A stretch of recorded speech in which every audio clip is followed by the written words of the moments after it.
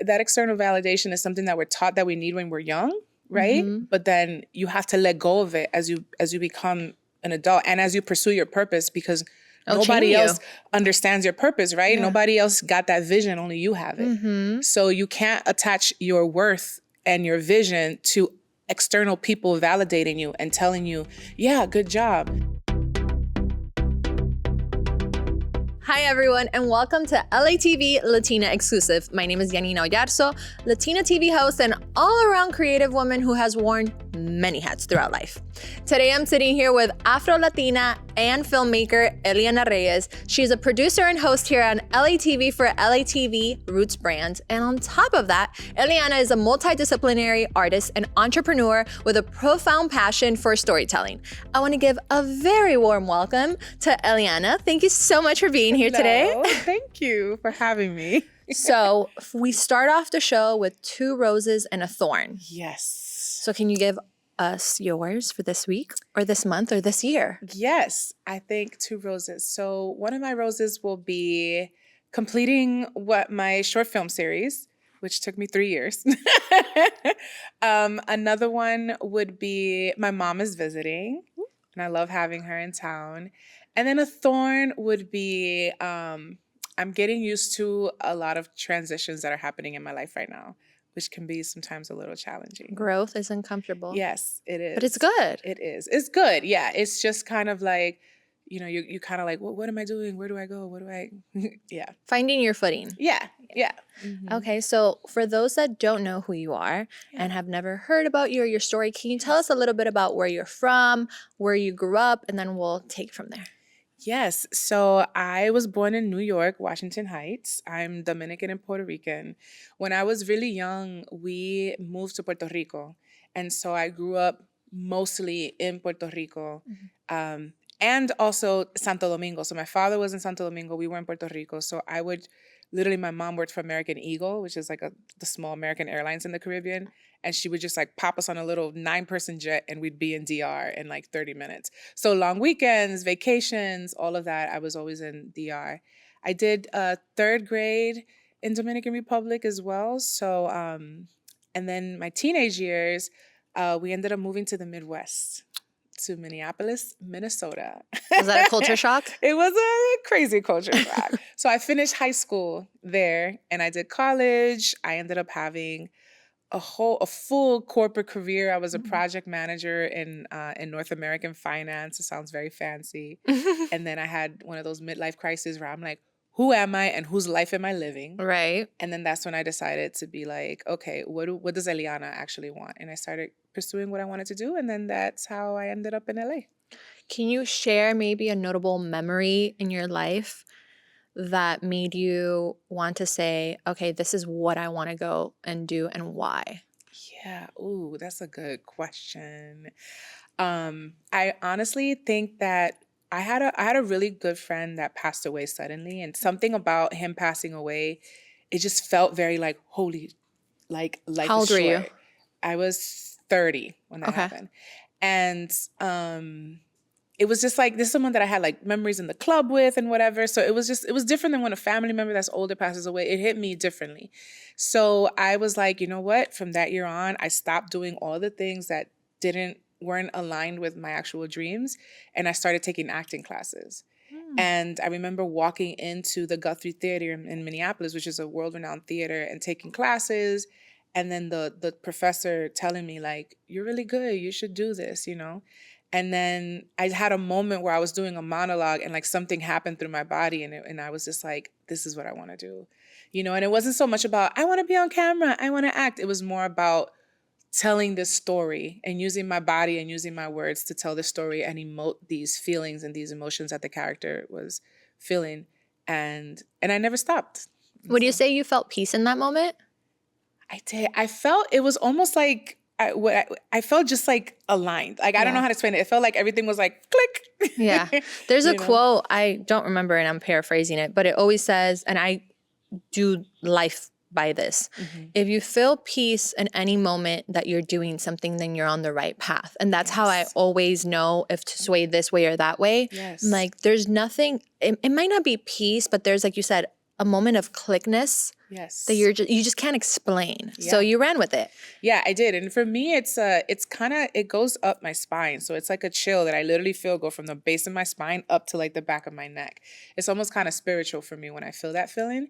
And I have felt it both being in front of the camera acting, and I have felt it also when I've been directing and creating behind the camera. So the older I've gotten, the more I'm like, I just try to align my life to feel that feeling in everything that I do. And if I go too much time without feeling it, then I kind of have to reassess. Like where Now I'm you at. said in front of the camera and behind the camera. So you have done some behind the camera work. Yes. Like your short film and things of that Yes. sort. So what is the short film about? How did that come about? Yeah, I think it's funny because the short film came about because of my acting career in the Midwest. So because it's the Midwest, there was not a lot of like narrative or like film and TV work out there. So it's heavy on the commercial. So I did a lot of commercial and acting, print modeling. And so you're usually the only person of color. Like when you go on set in Minneapolis or in the Midwest and you see a person of color, you know their talent because there's never like a director, a producer, not even a prop person that's of color. Like the creative teams are usually, because they're mostly corporate companies, they are white. And a lot of us actors, we would see each other and we'd be like, man, we really just want to do something different. We just want to act, and not have to be like, use this lotion, da da da da da, Right. And I was going through this transition in my life, and I had done some producing, and something in my soul was like, you have to start telling your story. Like, that's the only way you're going to heal these wounds. So my performance background is in spoken word. Okay. And so in college, and even when I was young, I used to write a lot of poetry. I used to write. So I actually took some spoken word pieces that I had written, and I was like, oh, it would be cool to turn these into like visual pieces. And that's what I did. And I picked like 3 things in my life that have kind of changed me at a cellular level. And I decided to make short films about them. And I didn't have experience. I didn't go to school for film. I just had this understanding of like, this is how I know how to organize things really well, and I just kind of followed my gut, and I felt like I was kind of spiritually led the whole time. And it actually turned out really good. And that's another moment when I was like, oh my God, like I want to do this too. So what I did was I put myself in my own short films. And at first I was kind of like, that's too much. Eliana, like, it's too much you're being too selfish, da da da da. And then a friend was like, okay, that's imposter syndrome. Yeah. Like, this is what you're doing. You're creating work for others, but also you can employ yourself.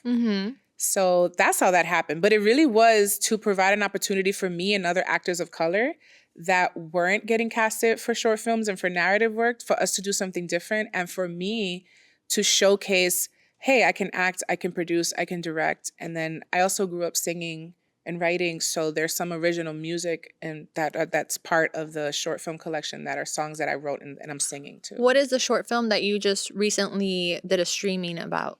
The screening is that short series. What is that one about? So it's 3 short films. Okay. It's called Animesis, and Animesis is it's the process of recollecting memories. It's a medical term. Okay. And so because these were real life stories, when I found that word, I was like, oh, this is perfect. So one is called Betrayal, and that one is about just certain situations that I've dealt with in my romantic life, and also me coming to terms with perpetuating my own like acceptance of like toxic love and toxic masculinity in romance. The other one is called Dreaming, which is just this beautiful depiction of just like Black and brown love, just like healthy love, which I think we're all worthy of having. And then the last one is about the separation of me and my father when he was incarcerated. So what that does to a young girl. And honestly, you can see it throughout the collection that like the last film, the third one, informs why the toxic love happens, why you're longing for this kind of healthy love. It all comes from that wound. So really, it was like a healing process for me. And I didn't know that at the time. I was just creating. But 3 years later now, I'm like, this makes sense. Like, full circle moment. Because I've had therapy and I have the language now to be like, oh, that's what that was. Like, Right. That's amazing. And then now through your storytelling, through your filmmaking, your hosting and everything, you've gotten some really cool opportunities like We All Grow, when they featured you, and also the HBO Palante. So can you tell me a little bit about how that felt to actually not only be honored, but get the opportunity to shine? Yeah. You know, it was funny. I found out the day that I found out that I was selected to be a We All Grow storyteller was the day right after I found out that I got selected to be the host for NYLIF, the New York Latino Film Festival, and that HBO Palante was going to work with me to have me be the host of one of their film premieres at NYLIF. And I just remember right before that happened, I was going through it. I was about to ask you. All of us in LA, we had that moment where we're like, why am I here? What am I doing? Oh my God, I'm crazy. Like, how am I living like this? I'm living on the edge, like just hoping that I'm going to book something. And, you know, it's this thrill that only us creatives kind of know. And because we trust ourselves and we gamble on ourselves a lot. Pero that time, yo estaba como que like, no, Eliana, tú estás loca. Tú estás loca, like really. Yeah. And then it was like, boom, NYLIF, boom, We All Grow. And literally everything changed. And I want to interrupt you real quick because it's crazy. A lot of people will say, I did this thing and then that thing and it was great, right? But I love that you mentioned that just prior to that, it was horrible, because that's what a lot of people don't realize. And even when they see that you got the HBO Palante, when they see that you got the We All Girl, they're like, wow, she's killing it. Right. She's killing it. But I was probably thinking the opposite the last week. Yeah. To be 100% real. Or behind it, or right before it, you're having a whole ass meltdown, a whole mental breakdown. And then the imposter syndrome right before you go on stage, right before you get to on the plane, like, you know. So I love that you mentioned that because it was very honest. But so you I had did a lot of anxiety around both of them, because for NYLIF, there was something about me being the face of this thing and being the everyday host for 9 days in a row outside of where I live. So packing outfits that I felt sexy and comfortable in, being the first like plus size host ever to be the face of those type of things, knowing that pictures were going to be taken of me at all different angles. And nobody was going to be like, Eliana, la panza, or this, un chicho, que si es spank, que si esto. So it was a lot of like, I completely had to surrender. I had to completely surrender. And there were days, because I have some back issues and whatever, there were days where like, I just couldn't hold I couldn't hold my posture up because I was tired and I was in heels.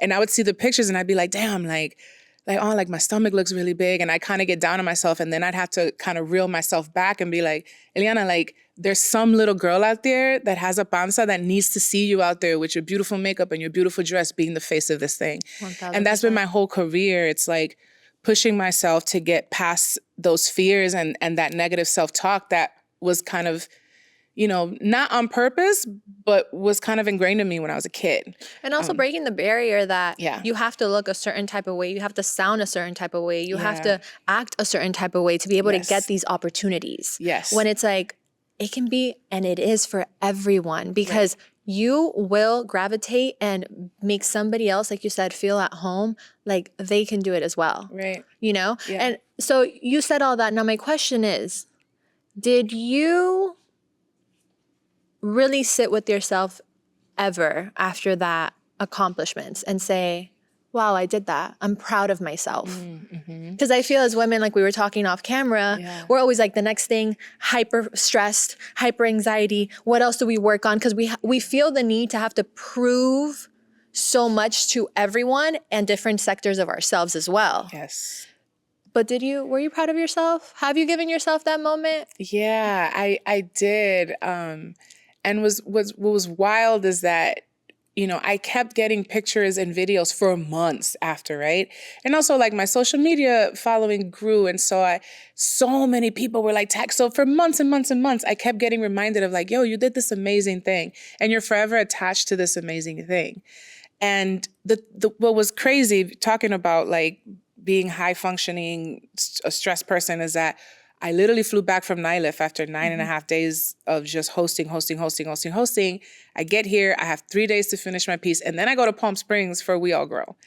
And then there, I'm like, on stage in front of like 600 people, and then it's being broadcast in front of the world. And I was tired. I was emotional. I was like, and of course, the pitches that I submitted, they selected the most vulnerable story.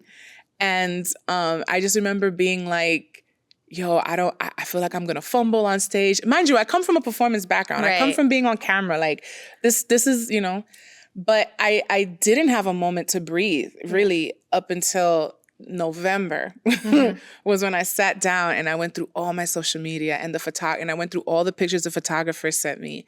And I went through all my journalings, because one thing I made sure I did was that I write every day. So I made sure I wrote every single day. And I was like, damn, Eliana, like you did that. And you were so afraid and you were so anxious and you were worried about this. And it's important to give ourselves those moments because life is really short and it does move really, really fast. And I feel like the older you get and the more success you have or the busier you are, the quicker those moments go away. So if you don't really take a moment to just like breathe and feel it and be in it and like just pat yourself in the back or acknowledge that like you did it, you might not have another chance to do that for yourself. I think there's different things, from whether it's buying yourself something, a tradition that you can start buying yourself something, taking yourself on a trip, whether it's writing down a love letter to yourself, like, hey, you did this, like be proud of yourself. 5 years ago, Eliana would have never thought that. 15-year-old Eliana would have never even thought that. But it's like really honing in on that, because a lot of the times we either, like you said, move so fast, or we wait for other people to tell us, you did a good job. Listen, that validation, that external validation, affirmation is so deeply ingrained in us, you know? And I have to constantly be my own cheerleader because my family still doesn't understand. They're like, ¿qué es lo que hace Eliana por allá de que Los Ángeles? You know, like, My yo mom, la veo aquí, yo la veo allá, pero ¿qué es lo que ella hace? ¿Cómo que ella paga la renta and whatever? And I'm like, no, yo trabajo. And they're like, pero eso no es trabajo. And I'm like, no, sí es trabajo. And so I constantly have to be the one to be like, you know, because if I'm waiting for other people to be like, Eliana, good job. Oh, you did that. No, what I usually get is, what the hell are you doing? Or what does that mean? Oh, if I'm excited that I booked something, they're just like, oh, okay. Cute. They don't understand that it's like, no, I got chosen out of thousands of people. You know what I'm saying? Like so it's, that external validation is something that we're taught that we need when we're young, right? But then you have to let go of it as you become an adult and as you pursue your purpose, because nobody else understands your purpose, right? Nobody else got that vision, only you have it. So you can't attach your worth and your vision to external people validating you and telling you, yeah, good job. So it can be a really isolating and lonely place to be. 1000%. Now, do you have like any rituals that you do now to help you with those type of things? Can you share them? Yeah. Oh my God. Yeah. I think this is the first time I've ever talked about this publicly. I do have rituals that I do.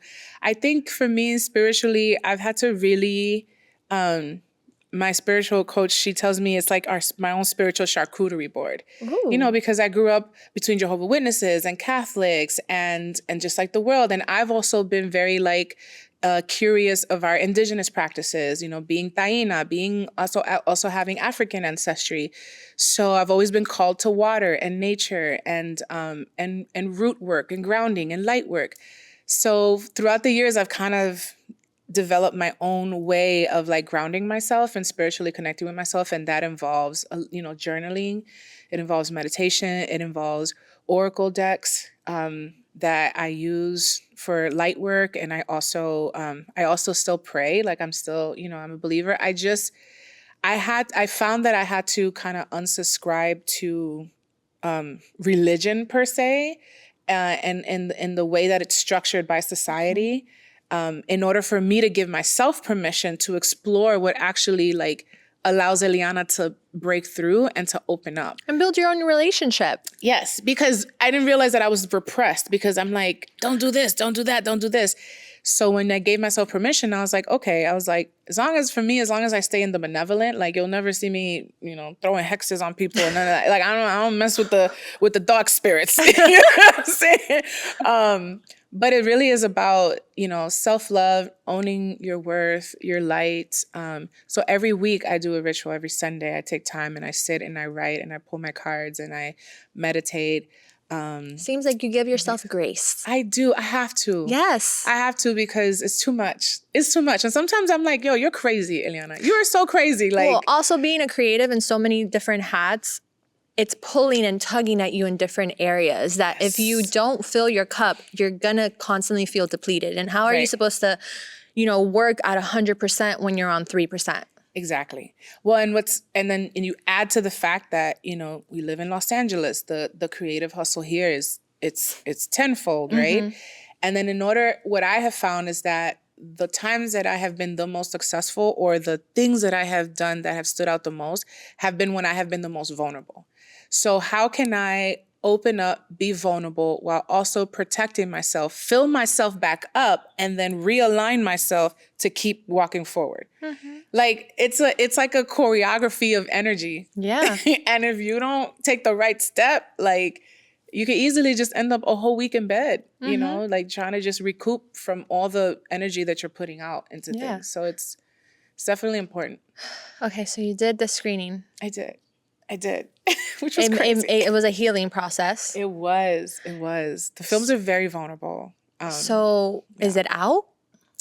I will be posting them on. I'm actually still. I'm gonna be very honest. I'm actually still trying to decide if I want to submit them to film festivals, because they're experimental films. Because I have another film that I'm also submitting to film festivals. So why not submit all of them? I know, right? Because I think I don't want to confuse, because they're two. One is a documentary about me reuniting with my father and my siblings in Dominican Republic after he was released from incarceration. That is a feature-length documentary. It is filmed beautifully, and it's my life's work going into that.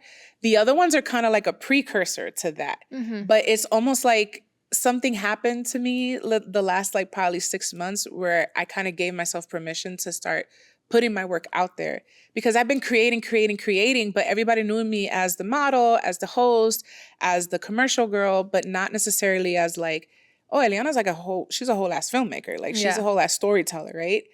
And really, when I did We All Grow, I had another moment. I was literally on stage, and I remember saying my words, and literally it was like a light hit me. And I felt a shock go up my spine. And it was like, this is what you need to do. And you need to do it with all of the avenues that you feel comfortable doing it. So not just storytelling on stage, but storytelling with visuals, storytelling on camera, storytelling with your writing, with your directing, with your acting. And so something happened where I was like, okay, I'm going to dedicate my life to this. And it's been a crazy journey. So I do want to put them out, but I also want to make sure that I give them the space that they deserve. Yeah, the space to breathe, for people to be able to digest them and take them in the right timing. Because it took 3 years for me to finish them. I'm I don't want to just be like, oh yeah, they're on YouTube, bad. No, yeah. Plus, I have to do another screening in Minneapolis with the cast that's in Minneapolis. So I'm going to go back there this summer and have a casting with them, so they get the chance to see them also on a big screen. Okay. Yeah. So now that you've done all this, because you've made a lot of accomplishments in different hats of your life, what would you say success means to you, and have you felt like you've achieved it yet? Ooh, girl. I think success is it's a very personal thing. I just had to write this for a grant that I submitted, and I had to be very honest with myself. And I think that for me personally, I feel successful when I'm consistently doing the things that bring me joy. And if I can keep my lights on and pay my bills and continue to build healthy relationships with people that I love, and continue to evolve as a woman and become and get closer and closer to the woman that I'm destined to be, to me personally, I'm being successful. Because there's a lot of things that I was doing before that weren't aligned with what I'm doing now. And I know that wasn't Eliana. That wasn't the successful I was paying Eliana. The bills. Exactly, So I personally believe that successful is very personal. I also think that there's success in the world, right? There's the accolades, there's the number sign to success. And I think that all of us individually just need to find the balance between what success means to you and what are you okay with the world, what version of the world's success are you okay, but knowing that your version of success is more important. Because if we start putting more value on the world's definition of success, I feel like that's when you end up losing yourself and you end up losing your own sense of value and worth. Your own sense of purpose. Yes. Yeah. Well, talking to you made me feel very at peace. Oh, and thank you so much for sharing your story with us and with everyone else. Thank you for coming to the show as well. Yes. Where can your audience find you if they want to see everything that you've been doing? Yes. So right now I'm using my Instagram. It's I am.Eliana Reyes. I am not big on social media yet, so be patient with me. But there's a link tree on my Instagram. You'll find Vida Nueva film, which is the documentary, and then soon you'll see the link to the short film collection as well. And yeah, just follow me on Instagram and we'll go from there. Well, thank you so much for watching this episode, and thank you so much for joining us again. Make sure to follow us on social media at LATV Latina and catch up on our latest episodes on LATV Plus app. We'll see you next time here on LATV Latina Exclusive. Bye.